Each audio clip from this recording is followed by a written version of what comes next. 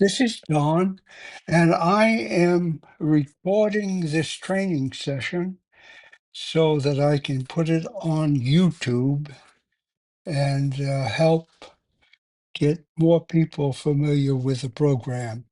So, Saguaro monitoring, field maps, training, and this is the way we would like to see the Sonoran Desert. Lots of spacing between plants, lots of saguaros. This is a healthy image here. This is what we would like to see it all look like. But unfortunately, there are a number of factors that are uh, impacting the health of the desert. And of course, the fires are a major problem for the saguaros. They don't survive fires. And we have these non-native plants, invasive grasses. And so as these pictures show, they're filling in the spaces which would normally open, and the fires that normally wouldn't spread very far are fueled by these grasses. And we have a new plant, not well, it's relatively new now, but it's been around for a few years, stinknet. And this is a photo from uh, near the Jacobs Crosscut Trail over a Broadway trailhead, Superstition Mountains in the background. And so this is stinknet and another fuel. So again, there's been, saguaros have a tough life from the seeds on up. Uh, Historically, wind and lightning have always been a threat. But as I mentioned before, fires were uh, common, but not they weren't very a lot. They didn't spread very far. They lightning would start a fire and it would burn out quickly because of the spaces between the plants. Wildlife, rodents, uh, the different insects, and that basically at the base of the plant. We'll see some of that, but there's always been bacteria, microbial bacteria necrosis has been around. And it's a healthy saguaro will normally fight it off. So the new, more recent habitat destruction, including some of the grazing and so on that's happened, uh, a lot of saguaros are uh, transplanted. They're taken from these development sites, but their survival rate is much lower and they don't live as long. Fire, that's the one we've mentioned. And now, more recently, the extreme heat and extreme drought. We'll talk more about the drought and more recent impact on the saguaros. So this project is intended to get people involved, understanding what's going on, uh, gather data uh, so that in the future we can hopefully see some areas where the survival rate of uh, saguaros is more likely, and make some management decisions based on uh, the restoration activities, transplants, and so on. And so there is a lot of interest in getting the data and understanding what's going on. And this is a basically a good project for this citizen science or participatory science involvement, because there's a lot of interest in the saguaro. It's a keystone species, and there is a significant potential for meaningful engagement and uh, being involved in them. And it's a huge effort. Tonto National Forest is the Sonoran Desert portion of the forest is huge. So let's get into the Field Maps app, and this is a uh, depiction of uh, the field maps and the uh,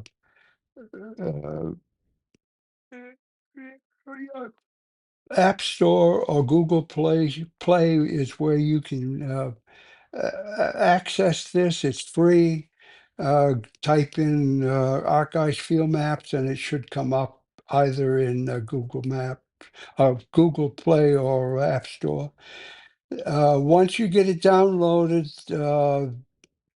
and open it, this will uh, choice in. We want to sign in with Archives Online.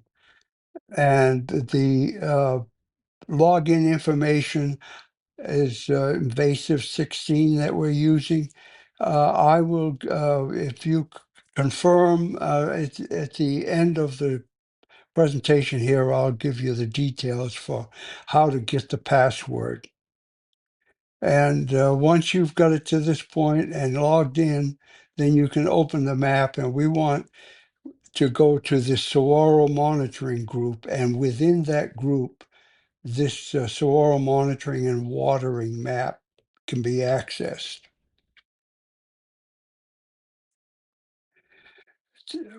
Opening up that Saguaro monitoring and watering brings you to this uh, map. And the feature, one of the key features of this app is that where there's cell phone coverage, we can collect with this online map, which is when you collect data, it's automatically uploaded into the database. But there are places, particularly within the Tonto, that do not have access to cell phone or very weak access. So in those cases, before going to the area, there are these map areas within listed here. And by clicking on uh, this download area arrow here, this will download the map area to your device. And this covers up some, but usually mountains, Pass Mountain area. Uh, there's several different map areas. And so when you select one of these map areas, it will bring you to the map and only show the map area which you have selected. So this happens to be the Usury Mountains map area. And with the being in the map area, you don't need cell phone coverage, and the data is stored on your device until you get back to cell phone or Wi-Fi connection, and then you can sync. And I'll show you this next slide is syncing, but you can sync the data that you've collected on your device up to the database. So that's otherwise, if you have good cell phone, you can open this map, the online map, and in these most of the areas that we have the grids set up and are collecting data.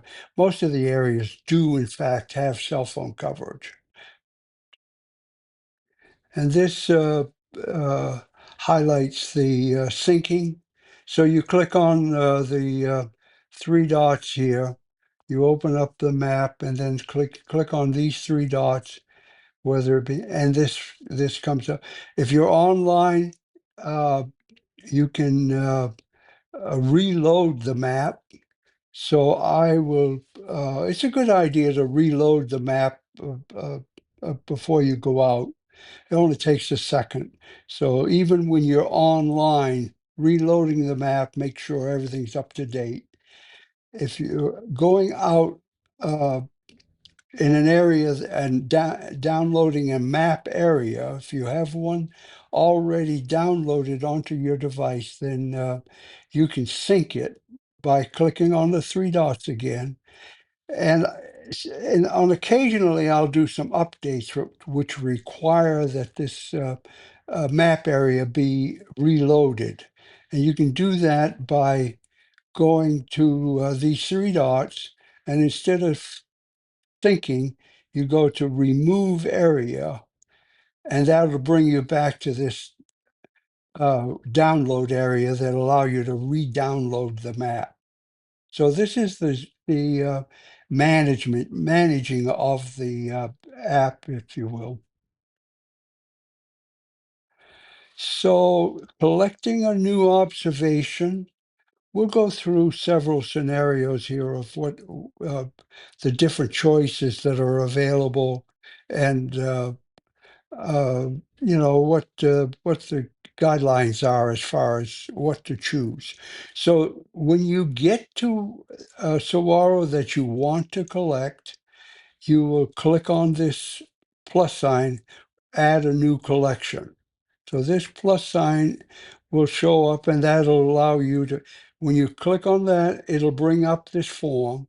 And this is the first choice you have is, this is like a 1 to 5, healthy being 1 and 5 being dead. So we'll go through more detail on the criteria for these selections.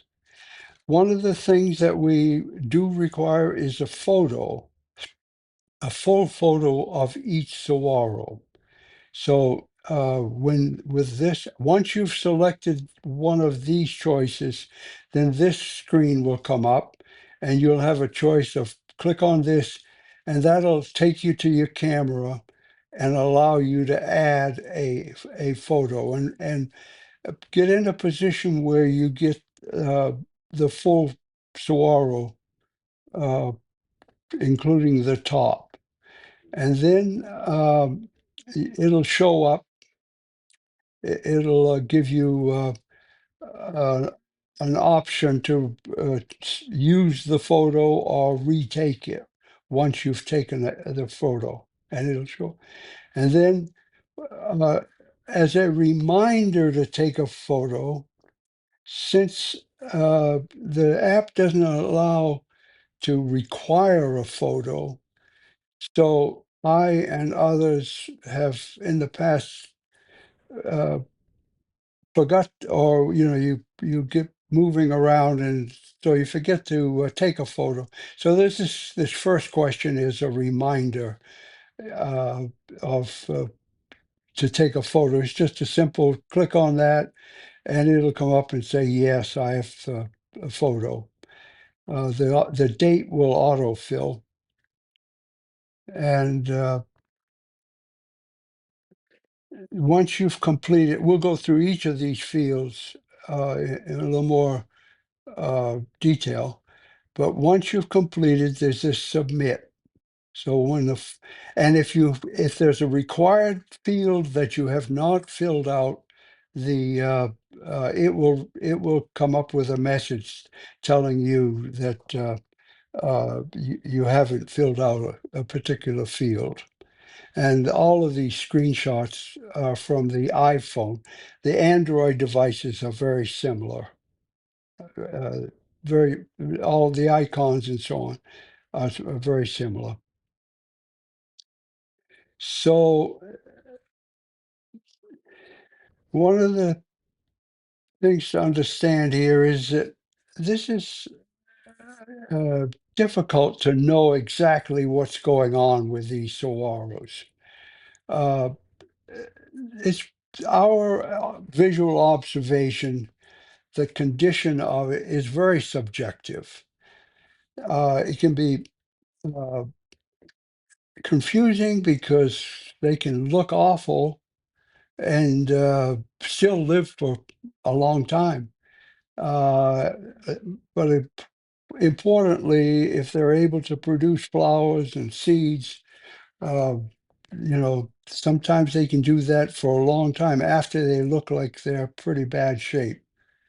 So we're just trying to get a basic observation with a photo and get an understanding of, at that particular point in time, what's the status. So it's a judgment. So we'll go through and try to uh, get as much insight into what's going on as possible. Then it's just a matter of making a decision on what you think the status is. And again, we basically go from 1 to 5. We're not collecting dead for the original collection. We do this on the follow-up. Sometimes people collect this dead, and it's okay. It's not a problem because I can filter it out. But basically, we're looking for healthy down to number 4 here is unlikely to survive. Uh, and if you do select it, it will come up with a new field that asks you whether it's uh, standing or fallen and we define dead as no green. So sometimes you look at a saguaro and it's obviously dead, but there's still green on it and it's standing. So we do collect those. It's only when there's no green that we don't collect any. And again, 1 to 5, with 1 being healthy and 5 is dead. And we'll go through this also, but the color of the skin is the best indicator of the health of the saguaro and the damage to the epidermis. So the form fields are the date, which will autofill, photo a card, we talked about that, your name or initial, something that we can collect to identify you with. We want the height in meters. We're not trying to measure growth rates, so we're looking for a reasonable approximation of the height, uh, up to about 3.5 to 4 meters. Well, about 3 meters. Uh, it's fairly straightforward. Up to about 2 meters. It's best to have a rule that has a metric scale on it, and you can actually measure the height of up to up to about 6 feet or 2 meters. And then beyond that, you come up with a way to approximate the height. We're collecting diameter, but it's not a required field.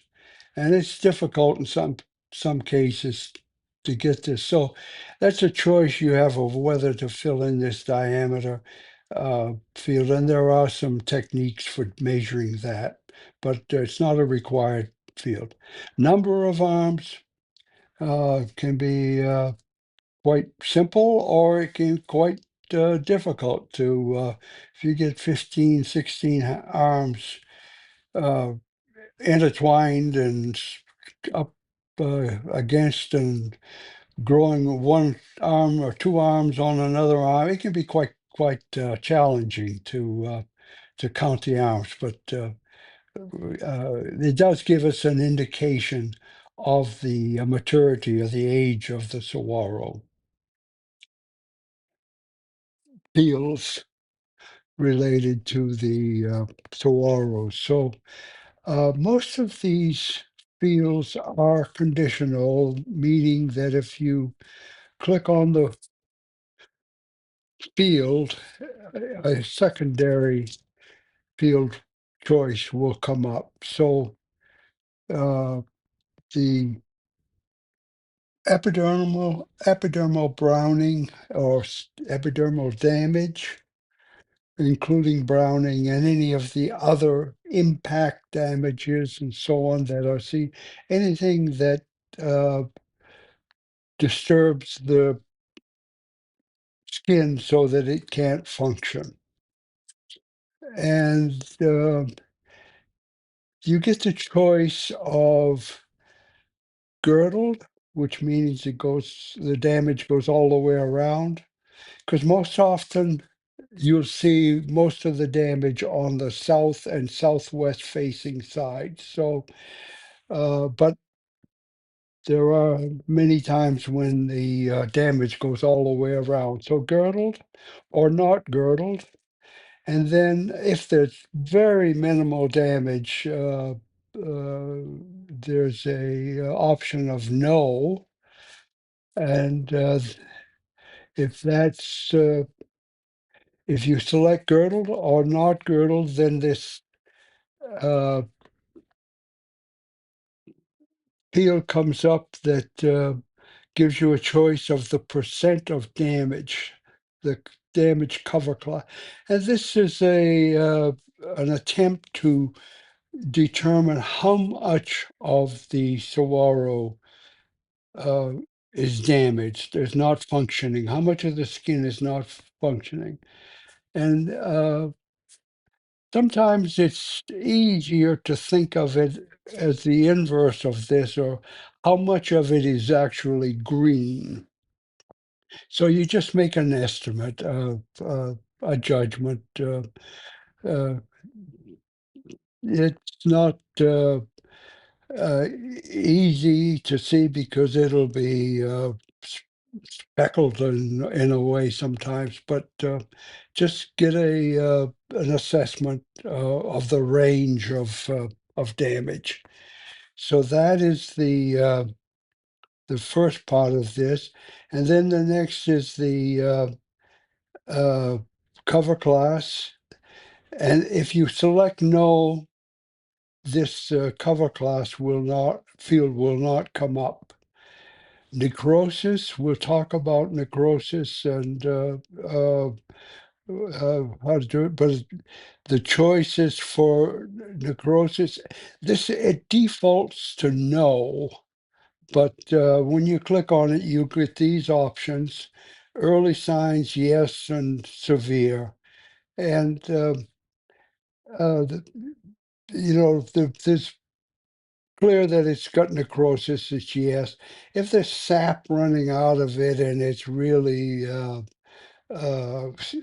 advanced in coverage, the severe category can be selected. And I use and think of this early signs as where I'm not really sure it is necrosis. There's a lot of times it looks like it might be necrosis, and over time we'll know whether it's necrosis or not. But early signs is a way to indicate that there is some indication of the necrosis. Rodent damage, this is impact damage and so on.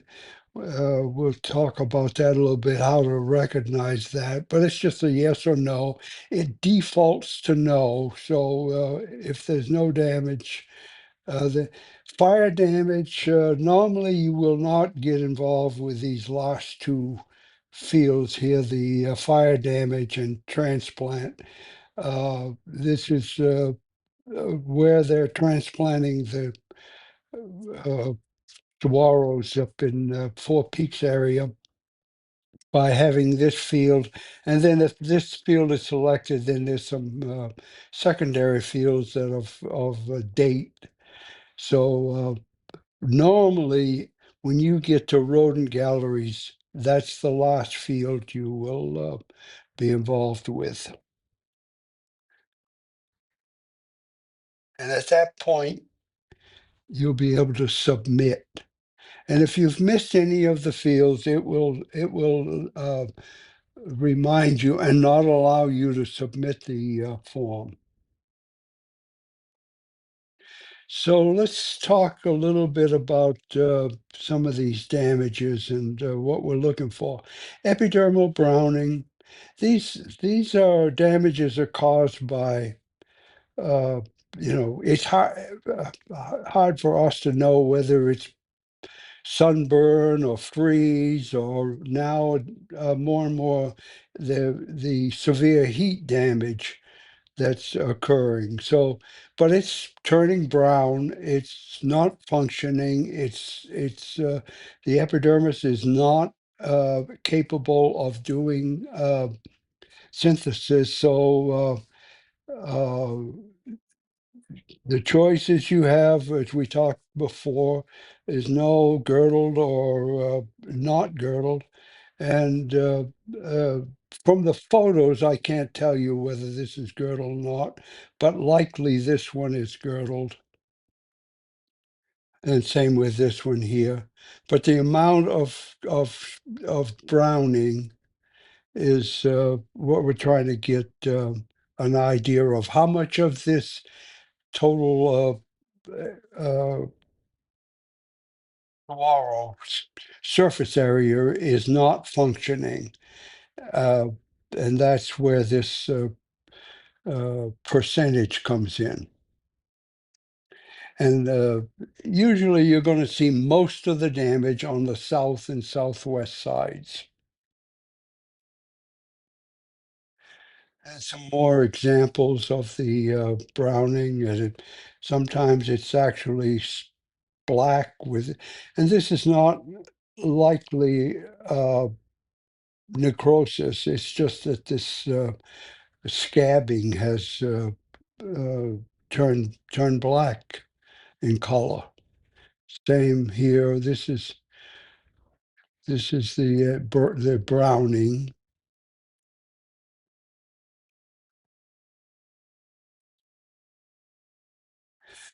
This is one condition, marooning, where it is not. It changes color. The epidermis changes color, but it is not damage, and this happens in starts in January. December, I've seen some of this in December, January, when it gets colder. And this same saguaro, this was March 2nd. This happens to be in my backyard. So I got real nervous about that I was losing this saguaro based on the color change here. And I didn't understand this marooning, which is a natural process, and it's red. It really turns uh, color here.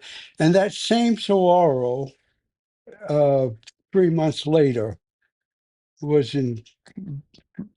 I was relieved to see that it had. So this is something to watch for in the early months of the year, and it's not. It was a convenient photo for me to see the comparison, but uh, many times it's much redder. It's a real clear red. So that we don't count as epidermal damage. It's a natural. It's a change in pigment that provides some protection, environmental protection. Historically, cold is probably the main factor in that. Necrosis.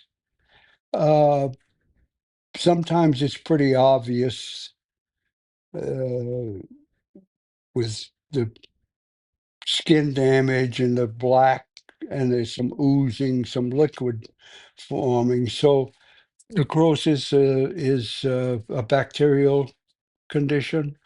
Uh, it's been around for a long time. So uh, the issue more and more is as these saguaros get stressed by drought and heat, that reduces their ability to fight off this necrosis. So uh, we'll see this more. There is less necrosis in my uh, observations than I had when I originally started the project. I saw a lot of damage that I thought was necrosis, but it turns out that it's uh, not necessarily necrosis, and we can't see under the skin. So this is a where you take a look and say, if you're not sure, classify it as early signs. Severe, you'll see the sap oozing, and it'll be a messy, and it's usually has a real bad odor, a pungent odor that uh,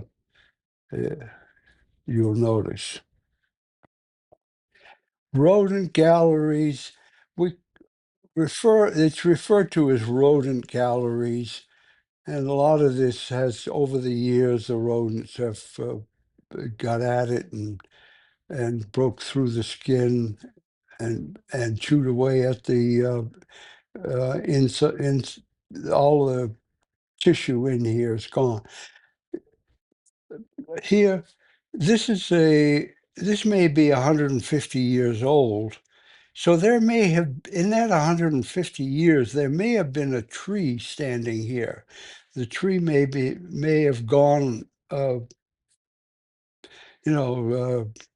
lost its ability to survive. So this damage could be from a tree. It could be but we refer to all of this as rodent damage, not necessarily uh, trying to determine whether it's actually rodent. It is damage, and of course, that skin surface area doesn't function. And even with this kind of damage, if this is the only issue on it, these saguaros will live with this damage. So, but it does increase the opportunity for pathogens to get into the saguaro. And some more examples. This could be birds, it could be tree, it could be target practice. Uh, who knows what it is, but it is damage to the saguaro.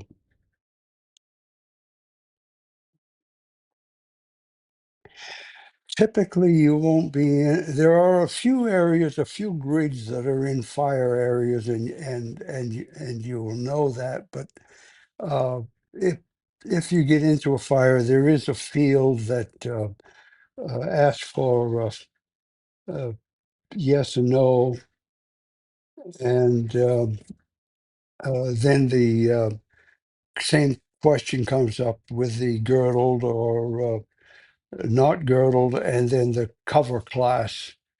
But again, you will know if you're in an area that there's been a fire. So here's a uh, one method for measuring the height and diameter of a plant, saguaro in this case. And this is the measure tool.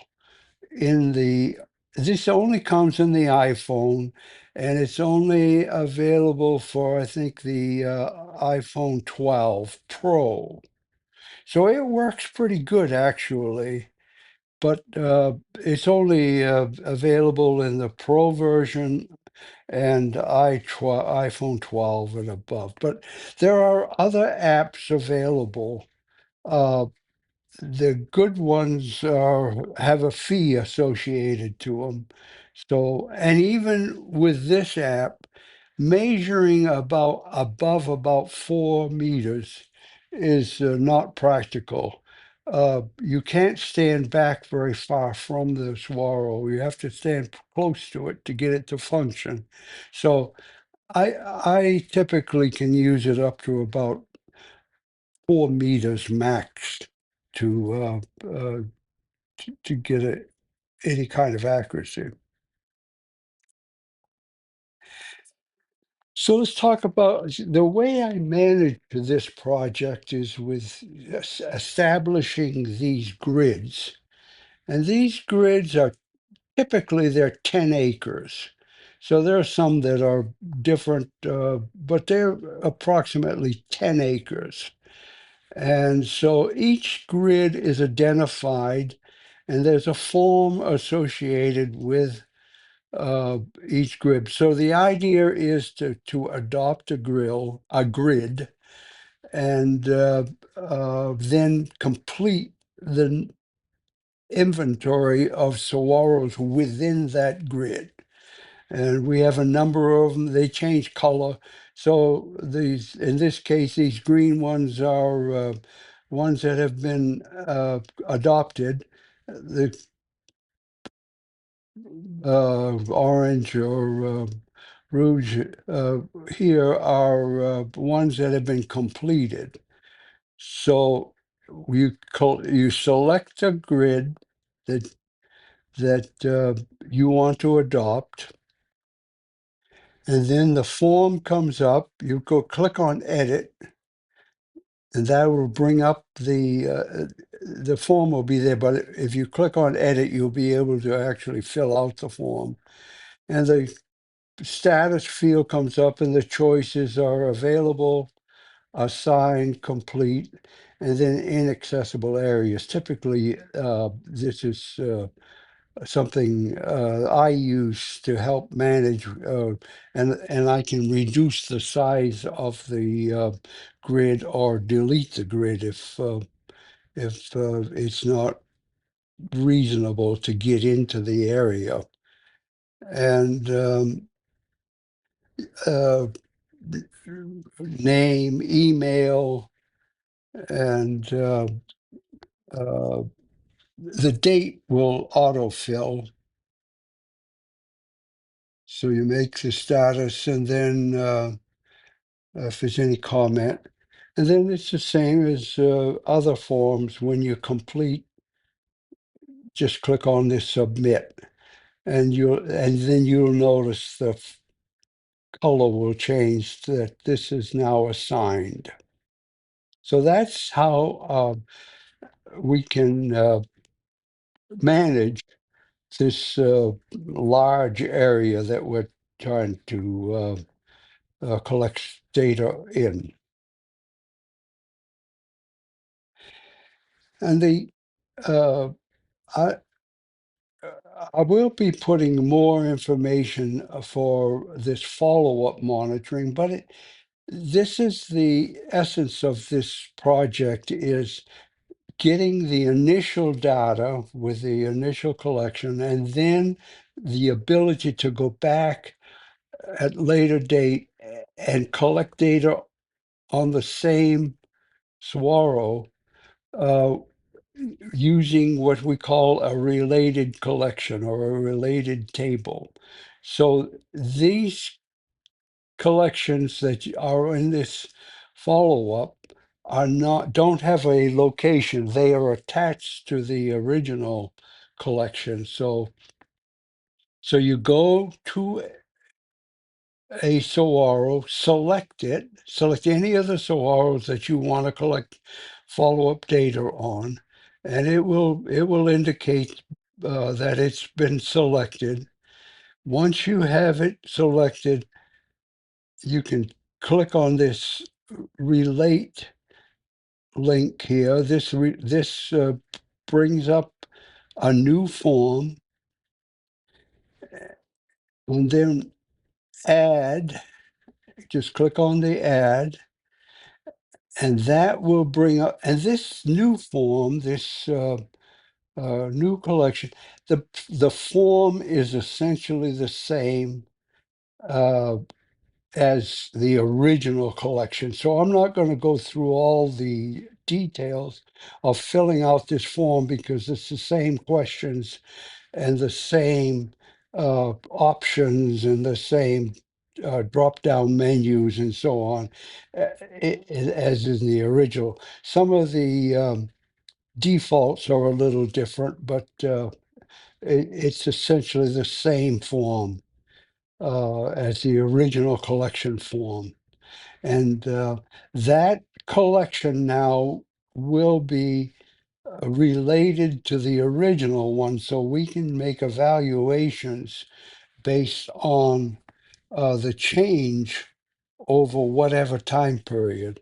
And originally, I thought it would be maybe early as 3 years and more likely 5 years. So from 3 to 5 years to do a follow-up collection because of the slow growth and the slow changes with saguaros with their long life. Actually, uh, I'm finding that the changes are happening faster and I've developed some data, and I'll show you a little bit uh, in terms of the changes that are going on and what we can get out of the data. So that's the basic training for the uh, filling out the forms for the uh, Saguaro monitoring project. And so this is kind of the process. I'm doing some of this, a lot of this online. So the training session, I expect either an online session or a field training session or viewing this video. We do require the liability waiver, and that's online. Safety guidelines are online, and all of this can be accessed uh, through the Friends of the Tonto website, friendsofthetonto.org. And there's a registration form that also describes and gives links to the various forms. And then, as shown here, to get to adopt a grid and then enjoy. I was going to show this is an attachment viewer, and this it allows us to look at the original collection and then the follow-up collection. Unfortunately, it's not working right now. I'm having issues with this app, and uh, I'm working with Esri to try to get the issues resolved. It's come up since they did an update, so I will get that changed as in this slide as soon as it's fixed. There is a dashboard with some of the information. So this keeps a live update of the count of the saguaros. There's, as of today, there's 12,124 of them. This can be accessed through the website, friendsofthetonto.org. or other, also through the emails I'm sending out. Usually there's a link to this dashboard. And this is the map. And these are the grids. This is the usury area. And you know, you can, this is the Pass Mountain area, and then I've recently added a grid system out here by this is Lost Dutchman State Park in this area, and Broadway Trailhead down here. First water. So these are the different grids that have been set up.